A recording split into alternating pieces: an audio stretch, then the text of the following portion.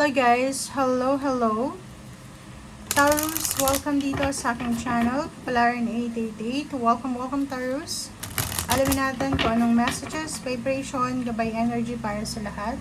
The general reading, so pwede kang makaresonate. Gamitin mo yung intuition sa panonood.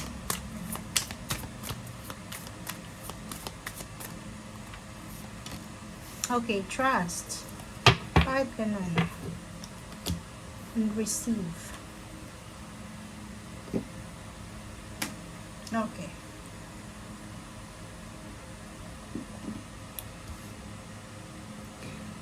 Okay. So, first card mo dito, Taurus, is trust. Second is receive.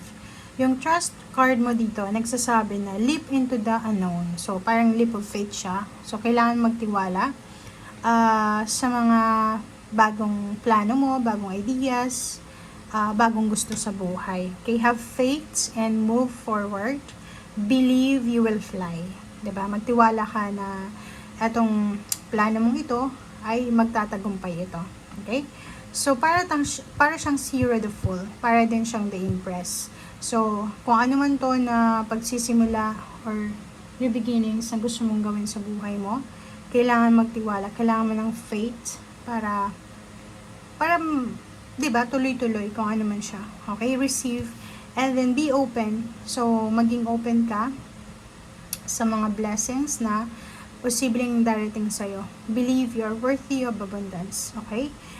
Isang regalo ang posibleng darating sa'yo, Taurus, soon. Wow! Ang galing naman na ito.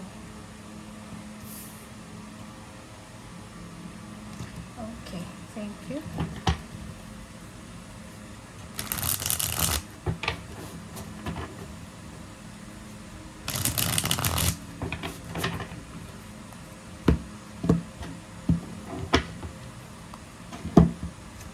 Okay.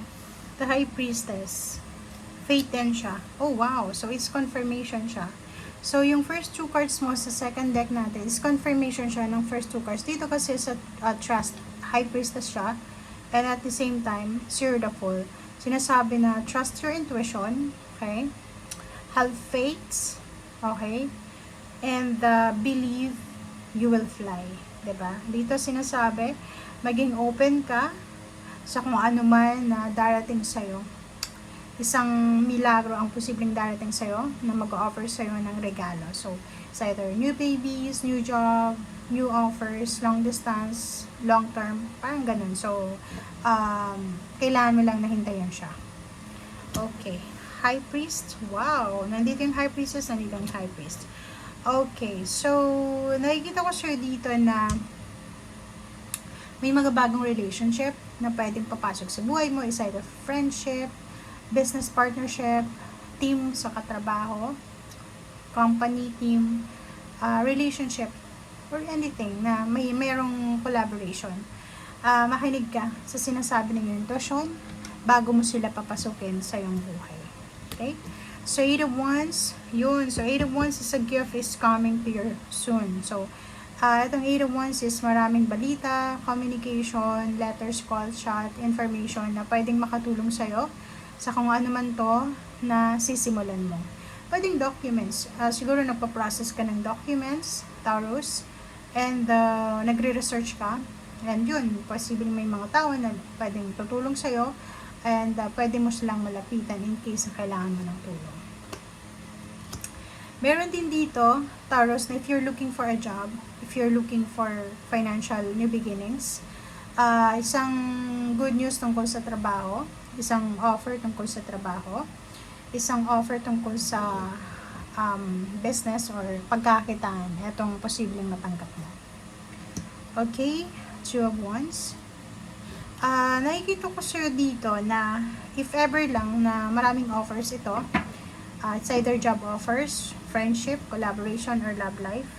Pag-isipan mo muna ng mabuti. Timbangin mo yung sitwasyon. Huwag kang magsisettle sa bagay na siguro, 'di ba? Kung first time kang naghahanap ng trabaho, siguro magsisettle ka lang sa mga bagay-bagay na hindi mo naman sigurado.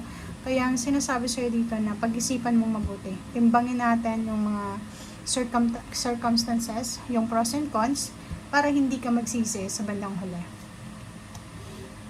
'Diba? Five of Cups eh.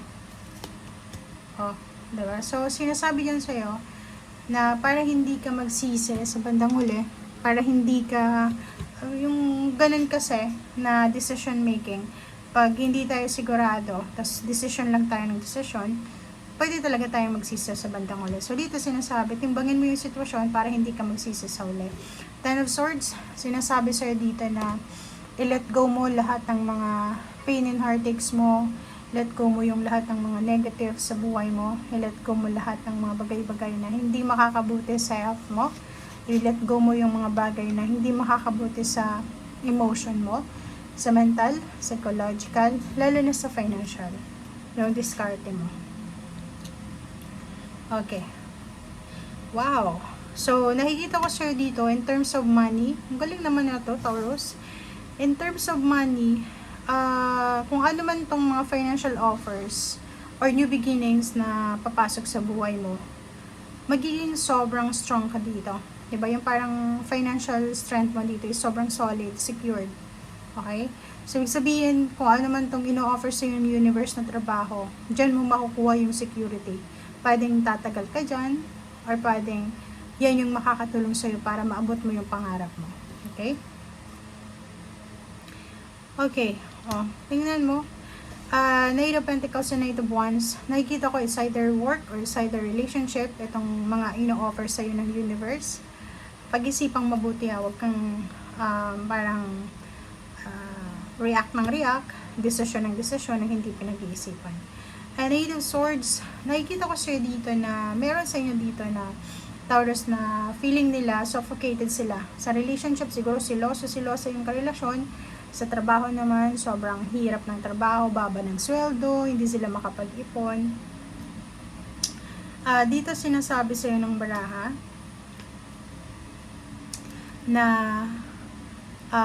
kailangan mong pag-isipang mabuti. Okay? Pag-isipan natin mabuti yung lahat ng decision making natin kasi pwede tayong magkamali sa isa lang na desisyon. Okay? Nakikita ko yung excitement. May iba sa inyo dito na Taurus na excited kayo para sa kung ano man yan na gusto nyong gawin. But, yun na nga yung sinasabi sa'yo ng barahan na make sure lang na parang tuloy-tuloy yung tawag dyan, tuloy-tuloy lang kung ano yung ginagawa nyo. Kasi sayang diba? Sayang yung nasimulan nyo. Wait lang guys. Okay, sayang yung nasimulan nyo, sayang yung parang puhunan nyo dyan. So, comment down below if you resonated doon sa mga Taurus na namuhuna na sa negosyo or sa relationship. Okay? So, yun. Yun guys, ang nakikita natin dito. Okay, wait lang.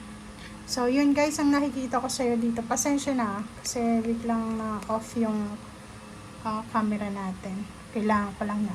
Okay, thank you for watching. Bye!